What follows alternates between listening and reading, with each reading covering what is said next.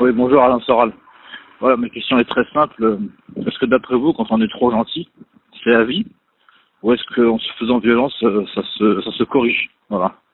Ça me pourrit la vie. Et voilà, prenez soin de vous, loin de tous ces pharisiens. Et vous êtes un exemple. Merci pour tout.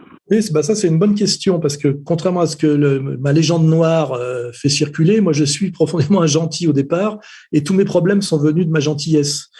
Et sur sa question, est-ce que ça se soigne? Moi je dis oui. Je dis en général on est gentil aussi par une forme de lâcheté, c'est-à-dire qu'on veut pas voir la laideur, la méchanceté des autres, et c'est un peu l'idée de l'autruche qui se met la tête dans le sable, c'est qu'en fait la laideur, la méchanceté des autres nous oblige à combattre. Et combattre, ça demande une virilité, une action. Et souvent, on est gentil, bon déjà par une nature sans doute, mais si on reste gentil au-delà du raisonnable, du fonctionnel, c'est pas seulement parce qu'on est gentil, c'est aussi parfois parce qu'on est un peu lâche. On ne veut pas voir. D'ailleurs, moi, je le dis honnêtement, Cardet, par exemple, j'ai identifié assez vite qu'il y avait quelque chose qui allait pas chez lui, et je me suis dit bon, il est sympa, tout ça, ça va bien, c'est pas grave, parce que sinon, il aurait fallu que je prenne le dossier en main, que je combatte, que je me fâche, et se fâcher, eh ben c'est rentrer dans des zones qui demandent effectivement de la dureté, de l'énergie et du courage. Hein. Il faut un certain courage pour être méchant, d'une certaine manière. Hein.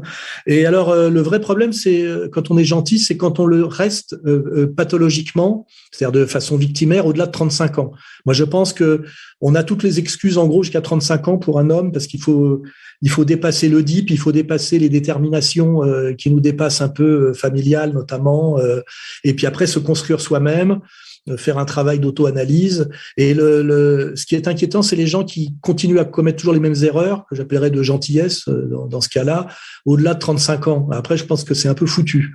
Donc on a l'excuse d'être gentil contre ses propres intérêts, parce que moi je pense que c'est très bien d'être gentil, parce que c'est être généreux, c'est être ouvert, c'est fondamental. Mais il faut être un gentil qui se soigne. Il faut ajouter à la gentillesse fondamentale la virilité du sens du combat. Il est normal que les méchants soient punis. Et d'ailleurs, c'est l'idée même du chevalier chrétien. Hein, c'est français sans peur, chrétien sans reproche. C'est-à-dire, on sait faire la différence entre le bien et le mal. On combat pour le bien, mais ça veut dire aussi faut un peu sanctionner le mal, ne pas fermer les yeux devant le mal. Donc, il faut être un gentil qui se soigne.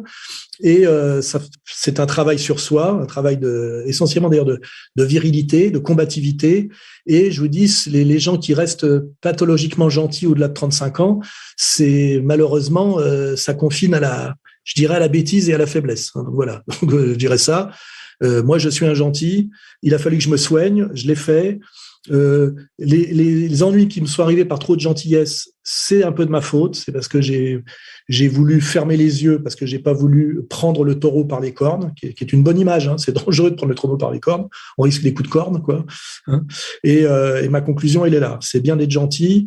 Il faut quand même se soigner pour être capable de punir les méchants.